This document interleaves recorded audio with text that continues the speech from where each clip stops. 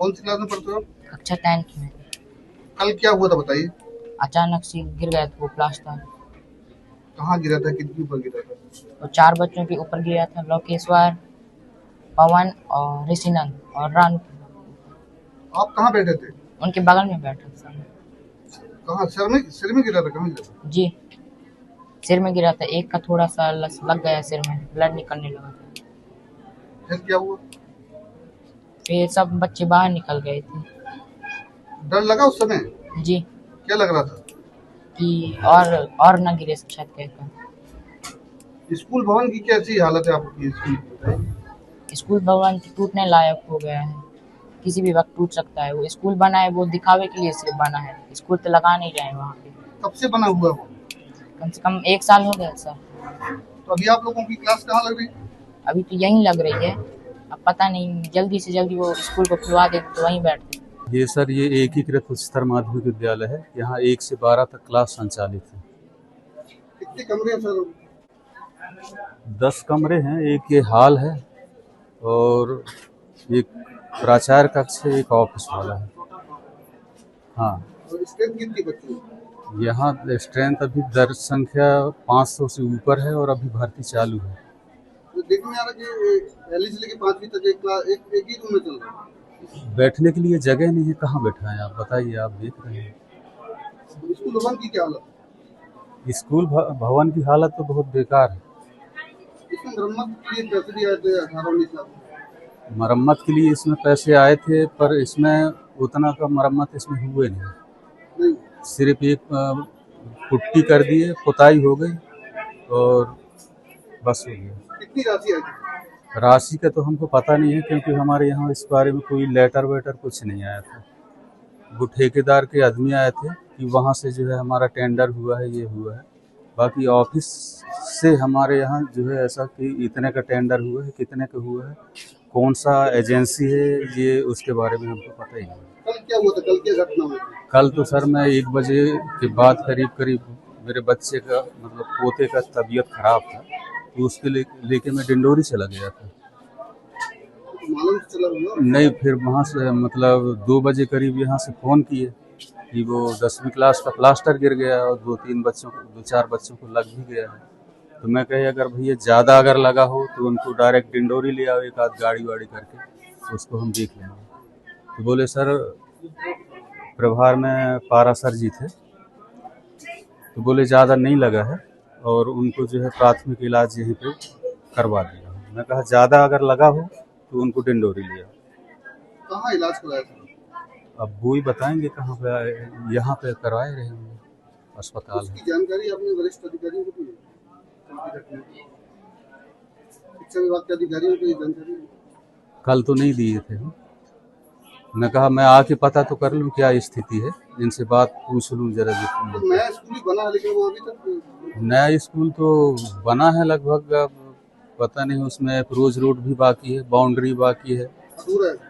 अधूरा। अब अंदर क्या क्या बाकी है उसमें तो ताला लगा है। शासकीय एकीकृत शासकीय उच्चतर माध्यमिक विद्यालय अजवार है। यहाँ पे कल सीलिंग का प्लास्टर जो होता है वो 10वीं कक्षा का गिर गया, जिसमें 7 बच्चे घायल हुए हैं और वो बच्चे गनवाही मोहतरा यहाँ से आते हैं सर। कहा जा सकता है कि एक बड़ी घटना कल चल गई। जी सर, चोट आई उन लोगों को? बच्चों को चोट आई है सर।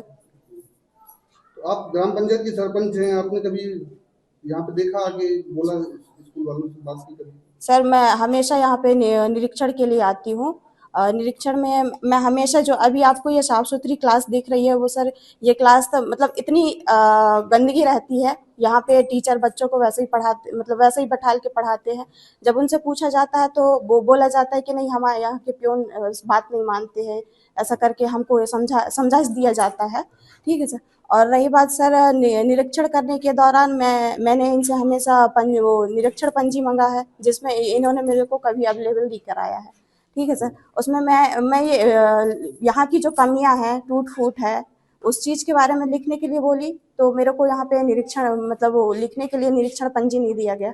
और जैसे ग्राम पंचायत अजवार में सर ग्राम सभा लगती है तो हर स्टाफ के लोग आते हैं सर, वो चाहे छुट्टी हो अथवा छुट्टी ना हो, सभी स्टाफ के एक एक कर्मचारी आते हैं। पर स्कूल डिपार्टमेंट से अभी तक कोई भी कर्मचारी नहीं आए सर, फोन लगाने के बाद भी नहीं आते हैं सर। क्या लगता है लापरवाही संस्था प्रमुख की? सर संस्था प्रमुख की पूरी लापरवाही है सर। हम हमेशा जनप्रतिनिधियों के साथ, पंचों के साथ यहाँ पे आते हैं सर, और गांव वालों को भी बोलते हैं, यहाँ के पेरेंट्सों को भी बोलते हैं कि आप जाइए, बच्चे आपके पढ़ते हैं, आप निरीक्षण करके देखिए स्कूल में सही संचालित होती है कि नहीं होती। और यहाँ से 15 अगस्त की बात है सर, जब मैं आई थी तो यहाँ पे मैं पूछी थी बच्चों से कि आपकी बैग वगैरह चेक होते हैं, तो मेरे को टीचरों ने बोले बिल्कुल हाँ। और जब यहाँ से जाते टाइम मेरे को रास्ते में बच्चे बोलते हैं कि सरपंच महोदय जी हमारा बैग चेक नहीं होता है, आपको टीचरों ने झूठ बोला है। इस स्कूल की मरम्मत में भी करीब 18-19 लाख रुपए खर्च हुए। जी सर, पर मेरे को आज तक जानकारी नहीं दिया गया है सर। उल्टा के मेरे को कहते हैं कि मैडम आप अपने 15 वित्त या 5 वित्त की राशि निकाल के हमको दीजिए तो हम मरम्मत कराएंगे, ऐसा करके मेरे को बोला जाता है सर।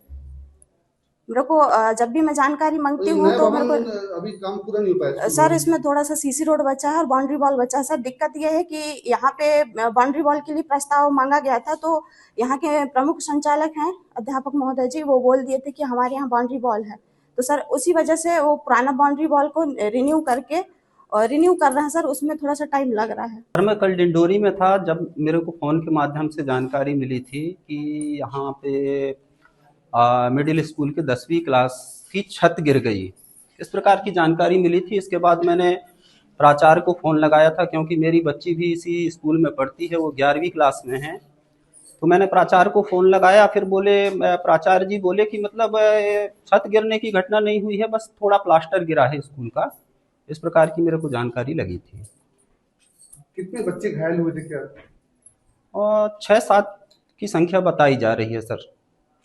आप देखे जब आते हैं तो कैसा लगा आपको, मतलब बड़ा हादसा टल गया? जी निश्चित रूप से, अगर कल कहना चाहिए एक बड़ा हादसा टल गया, अगर प्लास्टर का और बड़ा हिस्सा गिरता तो हो सकता है बच्चों को और अधिक गंभीर चोट लग सकती थी। किसकी लापरवाही लगती है आपको, सरकार की, प्रशासन की, संस्था की, किसकी लापरवाही? सर मैं इसमें कहना चाहिए संस्था प्रमुख को भी उतना ज़्यादा दोषी नहीं मानता, क्योंकि उनके द्वारा बार बार इस प्रकार की बातें बताई गई कि जो माध्यमिक शाला है, प्राइमरी स्कूल है, उनके भी कुछ मतलब जो बिल्डिंग है उनका कुछ अंश वो भी क्षतिग्रस्त हो गया है, और बच्चों को कहना चाहिए हमको बहुत कंजेस्टेड जगह में ले जा कर के और अध्ययन करवाना पड़ रहा है। अभी आप देख सकते हैं किनारे ही क्लास लगी हुई है, मतलब इतनी कंजेस्टेड जगह में कहना चाहिए भवन के अभाव में बच्चे पढ़ रहे हैं। सर जैसा कि यहाँ के जो लोकल जनप्रतिनिधि हैं और सरपंच महोदय हैं, उनके द्वारा जैसे, और यहाँ के जो लोकल कार्यकर्ता उनके द्वारा ये पता चला है कि जो यहाँ के भवन है उसकी करोड़ों में लागत है, और इसके अलावा जो मरम्मत कार्यों में लगभग 15 से 20 लाख का जो यहाँ खर्च किया गया है। लेकिन हमको ये समझ में नहीं आता वो खर्च हुआ कहाँ है। अगर मरम्मत हुआ होता तो इस तरह की घटना जो आप देख रहे हैं वैसी घटना कभी होती नहीं। और मुझे तो ये चिंता में है कि शिक्षा विभाग आखिर डिंडोरी जिले में कर क्या रही है। अब वो जमीनी स्तर पर उतर के स्कूलों का निरीक्षण करती भी है कि नहीं, ये काफी लापरवाही है और ये बर्दाश्त नहीं किया जा सकता ये चीज। क्या लगता है प्रशासन झालावाड़ जैसे कोई हादसे का इंतजार कर रहा है? निश्चित तौर पर मैं ये कह सकता हूं, क्योंकि अगर आप देखेंगे तो पिछले महीने जुलाई महीने में वो बजाक के जो सिंगार सत्ती गांव है वहां भी इस तरह घटना आई थी। और इस मंडला जिले की तो खैर बात नहीं करूंगा, लेकिन जो डिंडोरी जिले में हमने खुद खमरिया, फिर अपना विक्रमपुर क्षेत्र के अंदर खूब सारे ऐसे गांव हैं जहां काफी जर्जर अवस्था में है। इसके बावजूद भी जो कुछ समय पहले एक रिपोर्ट आई थी उसमें डिंडोरी जिले में 0 जर्जर भवन की संख्या को ऐसा दर्शाया गया था, जो कि काफी निंदनीय है। शिक्षा विभाग की तरफ से लापरवाही है।